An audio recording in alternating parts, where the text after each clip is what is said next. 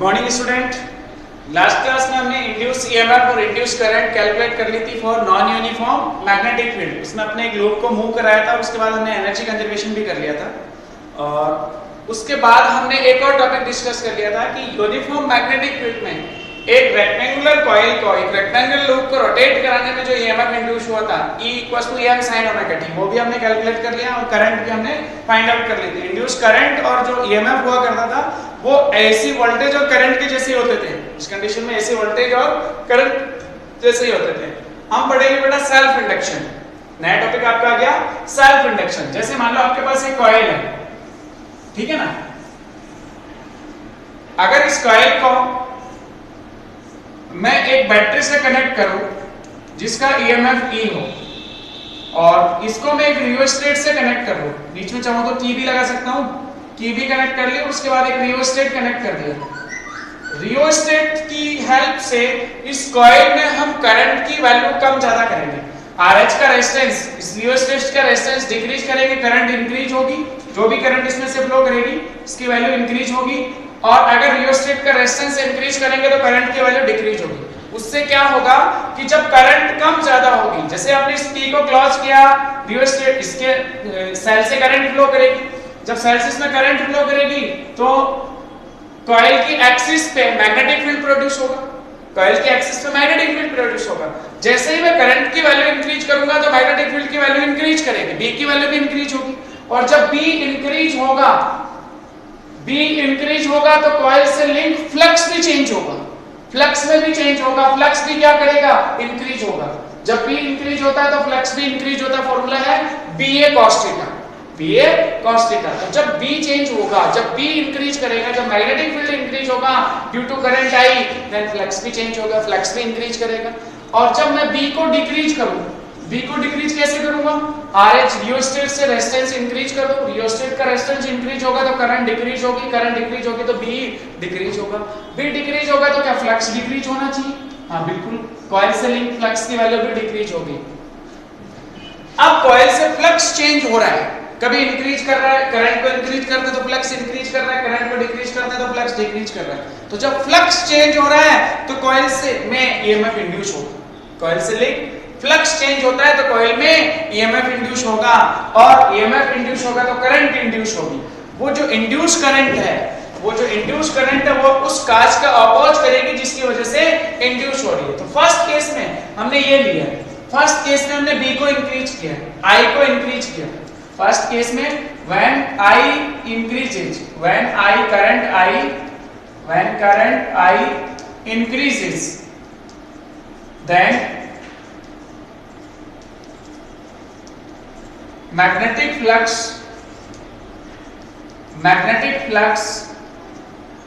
linked to coil या linked to the coil also increases। अगर flux increase होगा तो ईएमएफ जो इंड्यूस होगा उसकी वैल्यू इंक्रीज होगी या ईएमएफ इंड्यूस होगा। उस केस में जो इंड्यूस ईएमएफ होगा या करंट इंड्यूस होगी वो उस काज का अपोज करेगी जिसकी वजह से ये इंड्यूस हुआ है। हमने करंट इंक्रीज करके इसको इंड्यूस किया तो वो जो करंट फ्लो करेगी वो I के ऑपोजिट डायरेक्शन में फ्लो करेगी। इस कंडीशन में जो इंड्यूस करंट होगी वो जो हम अप्लाइड सर्किट से ईएमएफ जो E अप्लाई किया इससे जो करंट फ्लो कर रही है उसके ऑपोजिट डायरेक्शन में फ्लो करेगी, वो उस काज का अपोज करेगी जिसकी वजह से इंड्यूस हो रही है। तो एक्चुअल में करंट की वैल्यू इंक्रीज करने से करंट इंड्यूस हो रही है, ईएमएफ इंड्यूस हो रहा है तो वो इसके ऑपोजिट डायरेक्शन में फ्लो करेगा। सेकंड केस में अगर मैं डिक्रीज करूं करंट को, यही सेम कॉइल आपके पास, इसको आपने एक बैटरी की और रियोस्टेट से कनेक्ट किया हुआ है। इस बार आप क्या कर रहे हो, रियोस्टेट का रेजिस्टेंस इंक्रीज कर रहे हो तो करंट क्या होगी, I की वैल्यू डिक्रीज होगी। जब करंट डिक्रीज होगी तो इससे लिंक फ्लक्स की वैल्यू डिक्रीज होगी, फ्लक्स डिक्रीज होगा तो ईएमएफ इंड्यूस होगा, करंट इंड्यूस होगी वो उस काज का अपोज करेगी जिसकी वजह से करंट डिक्रीज हो रही है। तो एक्चुअल में करंट डिक्रीज हो रही है, करंट डिक्रीज हो रही है तो अपनी जो इंड्यूस करंट है वो सेम डायरेक्शन, उसी डायरेक्शन में फ्लो होनी चाहिए, क्योंकि वो उस काज का अपोज तभी होगा जब हम इसको डिक्रीज कर रहे हैं तो करंट इंड्यूस हो रही है वो उसी डायरेक्शन में फ्लो करेगी, मतलब उसको इंक्रीज करने का प्रयास करेगी, करंट इंक्रीज होनी चाहिए आपकी, तो इस तरह से उसकी डायरेक्शन यही होगी। ठीक है, इसे हम बोलते हैं बेटा सेल्फ इंडक्शन। ठीक है, इसे हम क्या बोलते हैं, सेल्फ इंडक्शन। इस इंसिडेंट को बोला जाता है सेल्फ इंडक्शन। इसकी डेफिनेशन हम लिख सकते हैं सेल्फ इंडक्शन की, क्या होगी definition of self induction, when current through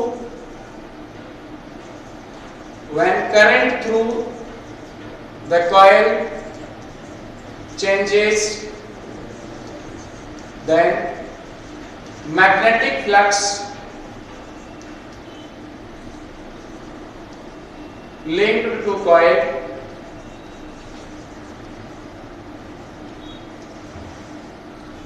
also changes. Magnetic flux linked to coil also changes, and EMF or current induced in the coil. This incident is called self-induction. This incident is called self-induction.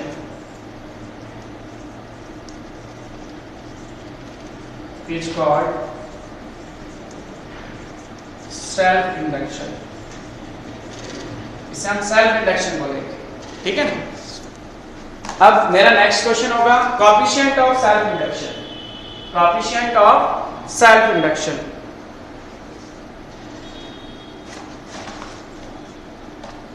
Next topic होगा coefficient of self-induction. ठीक है, self-induction आपको पता चल गया किस वजह से हो रहा है, RH की रेजिस्टेंस वेरी करने से करंट कम ज्यादा हो रही है, जिसकी वजह से ईएमएफ इंड्यूस होगा, फ्लक्स चेंज होगा, ईएमएफ इंड्यूस होगा, करंट इंड्यूस होगी, वो उस चार्ज का अपोज करेगी जिसकी वजह से इंड्यूस हो रही है। तो दोनों केस हमने सीख लिए। Coefficient of self induction,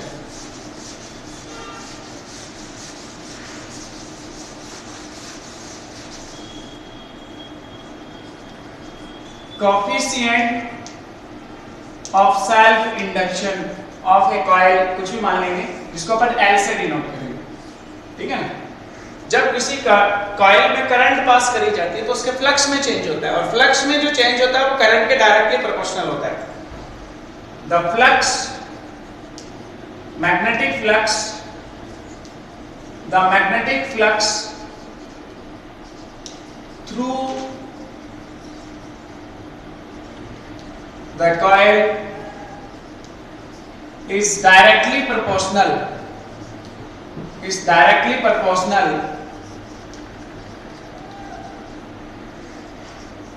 to current flowing through the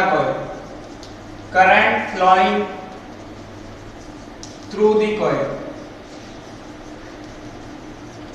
The magnetic flux through the coil is directly proportional to the change of magnetic flux. The change of magnetic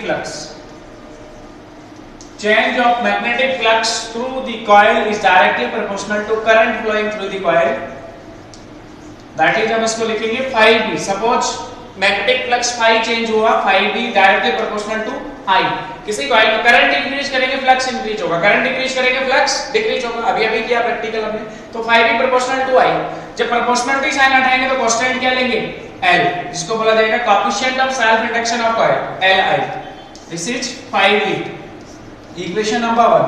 L का formula हो गया phi b upon I, equation number 2। अब हम L के definition की बात करें या पहले हम यूनिट की बात करें। Unit of L, unit of self induction is Henry. ऐसा यूनिट होती है इसकी हेनरी। हेनरी साइंटिस्ट का नाम था जिसको H से डिनोट किया जाता है। 1 हेनरी आपका होगा 1 weber per ampere, 1 weber per ampere. हम इसकी डायमेंशन भी लिख लेते हैं ऐसे, 1 henry equals to 1 weber per ampere. इस तरह से हम इसकी यूनिट लिख लेते हैं। अब आपसे पूछा जाए डेफिनेशन ऑफ L, तो यहां से डेफिनेशन ऑफ L लिखना है इसी इक्वेशन में। अगर मैं I को 1 एम्पियर ले लूं, I को क्या कंसीडर कर लूं 1 ampere, then L equals to 5। अगर I आपका 1 एम्पियर हो तो L किसके इक्वल होगा 5B के। L equals to 5B, L equals to 5B। अब इसको कैसे डिफाइन करोगे? अगर किसी का कॉइल में 1 एम्पियर करंट फ्लो कराने से उसमें जो फ्लक्स में चेंज होगा वही उसका सेल्फ इंडक्शन होगा, वही उसका क्या होगा सेल्फ इंडक्शन L। किसी कॉइल में या किसी सर्किट में ठीक है। 1 ampere current, unit ampere current flow कराने से या जो उसके अंदर फ्लक्स चेंज होगा, कॉइल से लिंक जो फ्लक्स चेंज होगा वही उसका सेल्फ इंडक्शन होता है L। उसी को हम क्या बोल देते हैं, सेल्फ इंडक्शन L। तो किस तरह से डिफाइन करोगे self induction? It is defined as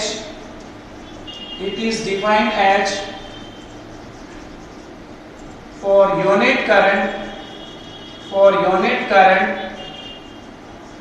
in a coil, the magnetic flux या the change in magnetic flux for unit current in a coil, the change in magnetic flux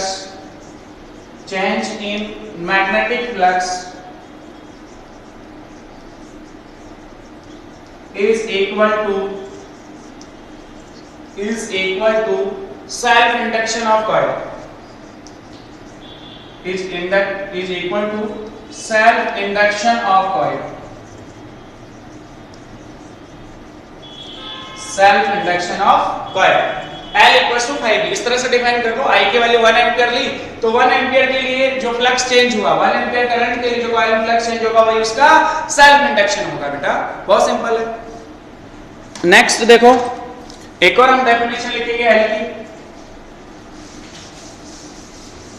self induction of coil.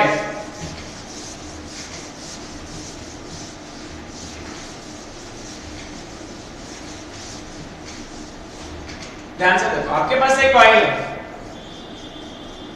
जिसमें number of turns है, इसका self induction L बोला, ठीक है। इसमें मैंने current flow कराई I, इंस्टेंट t के लिए मैंने I करंट फ्लो कराई, तो इससे जो फ्लक्स चेंज हुआ वो आपने लिख लिया 5B इक्वल्स टू L।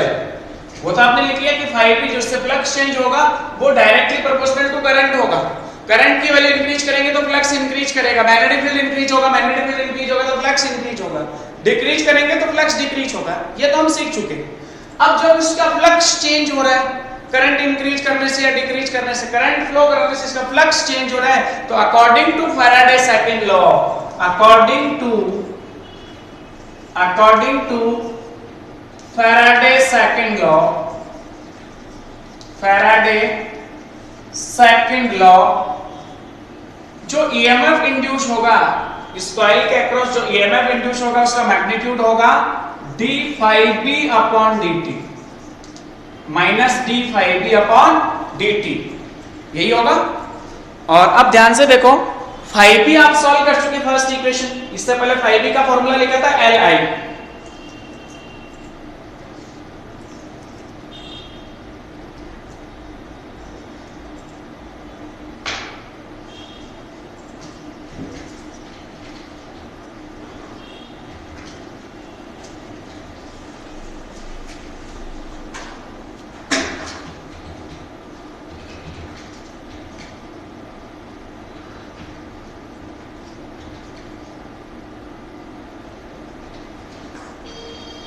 इससे पहले बेटा आपने 5b सीख लिया, सिंस इसको इक्वेशन नंबर फर्स्ट बोलेंगे, अकॉर्डिंग टू फैराडे का यही होगा। 5b इक्वल्स टू क्या होगा formula, L into 5b directly proportional to I, proportional to side I constant L, self induction of coil 5b equals to Li। ये वाली value यहां put कर लो using equation first and second. E equals to हो गया आपके पास minus d/dt, 5b की value है Li। Self induction of coil ये तो कांस्टेंट है, इंटीग्रेट डिफरेंशिएशन से बाहर, तो E इक्वल्स टू फॉर्मूला आ गया माइनस L di/dt। ये फॉर्मूला भी होता है सेल्फ इंडक्शन, या मैं बोलूं induced EMF through the coil equals to minus L di/dt। ये अपना एक वोल्टेज ड्रॉप भी होता है। जब किसी कॉइल में जिसका सेल्फ इंडक्शन L है उसमें I करंट फ्लो कराते हैं तो उसके एंड्स के अक्रॉस जो पोटेंशियल ड्रॉप या वोल्टेज ड्रॉप होता है उसकी वैल्यू होती है माइनस L di/dt। वो डिपेंड करती है करंट पे कि कितने करंट फ्लो करा रहे हैं, टाइम के अकॉर्डिंग करंट आपकी कितनी चेंज हो रही है, rate of change of current पे डिपेंड करती है। हम यहां से भी एक L की डेफिनेशन लिखेंगे। यहां से अगर मैं L का फॉर्मूला डिराइव करूं बेटा तो क्या होगा फॉर्मूला, L के नीचे ये माइनस di/dt E पे नीचे ले आओ तो L का फॉर्मूला बन गया E अपॉन माइनस di/dt। और अगर मैं इसको यूनिट ले लूं, माइनस रिप्रेजेंट कर रहा है डीके रेट ऑफ करंट, इसको हम बोलते हैं डीके रेट ऑफ करंट। अगर ये वैल्यू 1 हो, माइनस di/dt को मैं क्या ले लूं, यूनिट 1, तो L इक्वल्स टू E हो गया आपके पास। L इक्वल्स टू क्या होगा, E। उस केस में जो करंट इंड्यूस ईएमएफ है कॉइल के अक्रॉस वही उसका सेल्फ इंडक्शन होगा। If decay rate is unity, if DK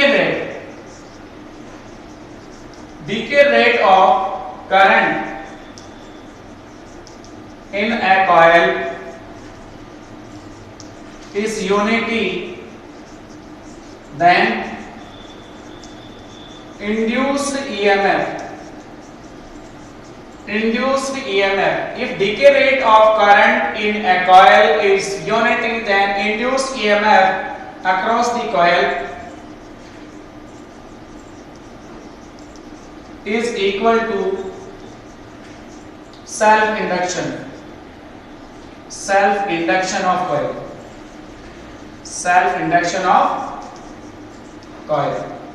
इसको अपन बोलेंगे सेल्फ इंडक्शन। समझ में आ गया बेटा? इस तरह से हम सेकंड डेफिनेशन निकाल लेते हैं। ठीक है, अब देखो तीसरा मैग्नेटिक पोटेंशियल एनर्जी निकालेंगे। अगला टॉपिक है magnetic potential energy in A coil. Magnetic potential energy की बात करते हैं। यू अगला टॉपिक है आपका मैग्नेटिक पोटेंशियल एनर्जी, जिसको आपने यूबी से डिनोट किया। ठीक है, magnetic potential energy of a coil. देखो आपके पास एक कॉइल है, इससे नंबर ऑफ टर्न्स एन होंगे, इसमें आपने आई करंट फ्लो करे इंस्टेंट टी के लिए। सपोज आई, इसका सेल्फ इंडक्शन एल है, आपने बोला कि मैंने इसमें आई करंट फ्लो कराई फॉर इंस्टेंट टी, तो इसके अक्रॉस जो इंड्यूस्ड ईएमएफ होगा उसका मैग्नीट्यूड, टी का मैग्नीट्यूड होगा L D I over D T. अभी लिखा है equation number first. Suppose that हम जो करंट फ्लो करा रहे हैं वो dt टाइम के लिए करा रहे हैं। Current capital I flow in the coil for dt time interval. तो इसके ऑपोजिट डायरेक्शन में चार्ज फ्लो होगा dq। क्या लिखा जाएगा? I equals to dq over dt या dq equals to I dt। Equation number 2। तो चार्ज को फ्लो करने में, चार्ज को ऑपोजिट डायरेक्शन में ले जाने में जो वर्क डन होगा V equals to W upon Q से हम जानते हैं।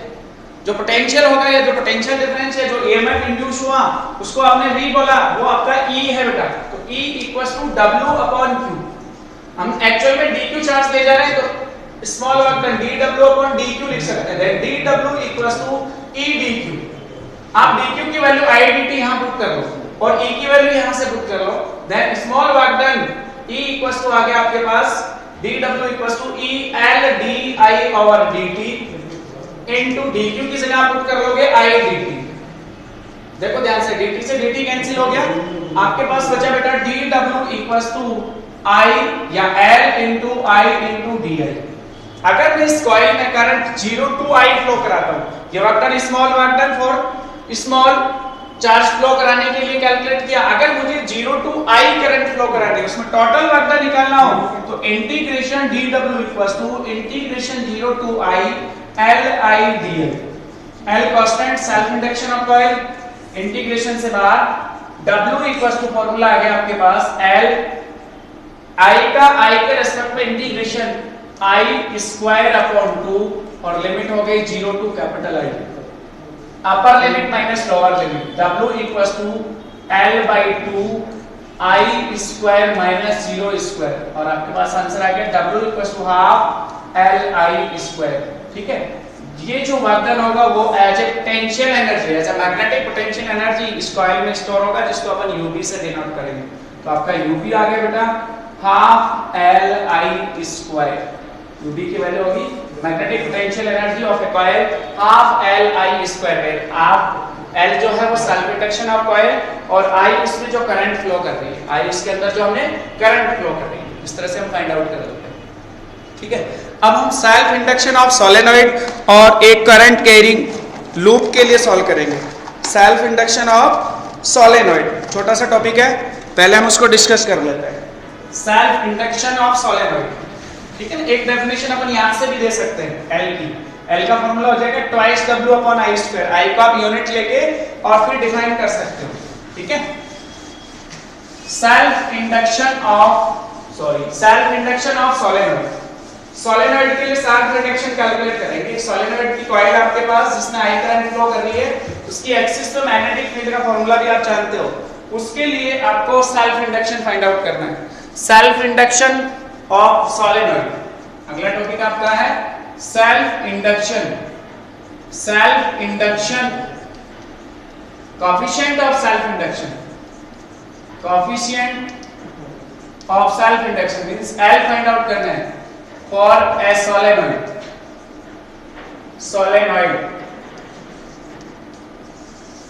देखो, सोलेनॉइड की एक्सिस में मैग्नेटिक फील्ड जानते हो। we know that magnetic field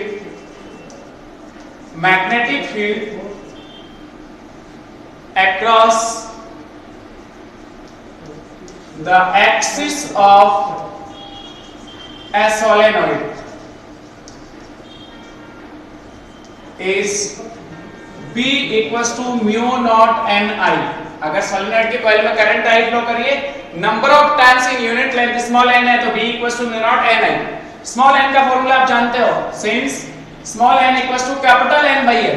अगर सोलेनॉइड की टोटल लेंथ है उसमें number of turns capital N, तो यूनिट लेंथ पे number of turns small n की वैल्यू होगी n बाय L। क्या पुट कर सकते हो, तो मैग्नेटिक फील्ड हो गया आपका mu not n upon L into capital I। Equation number first. तो जैसे ही आपने सोलेनॉइड की कॉइल में करंट फ्लो कराई तो उसका फ्लक्स चेंज हुआ। करंट फ्लो कराने से उसमें फ्लक्स चेंज हुआ। फ्लक्स चेंज होगा तो वो कितना चेंज हुआ flux, then change in magnetic flux through the solenoid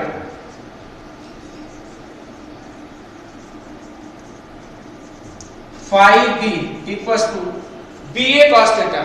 उसके एक टर्म में तो एन टर्म में कितना हो जाएगा, N B A cos theta. Theta की value 0 degree, because magnetic field axis में होगा और उसका एरिया जो है ना वो एक्सिस में ही लिया जाता है। सोलेनॉइड का जो एरिया वेक्टर की डायरेक्शन है वो उसकी एक्सिस ही होती है और मैग्नेटिक फील्ड भी उधर ही होता है। तो फॉर्मूला ये होगा।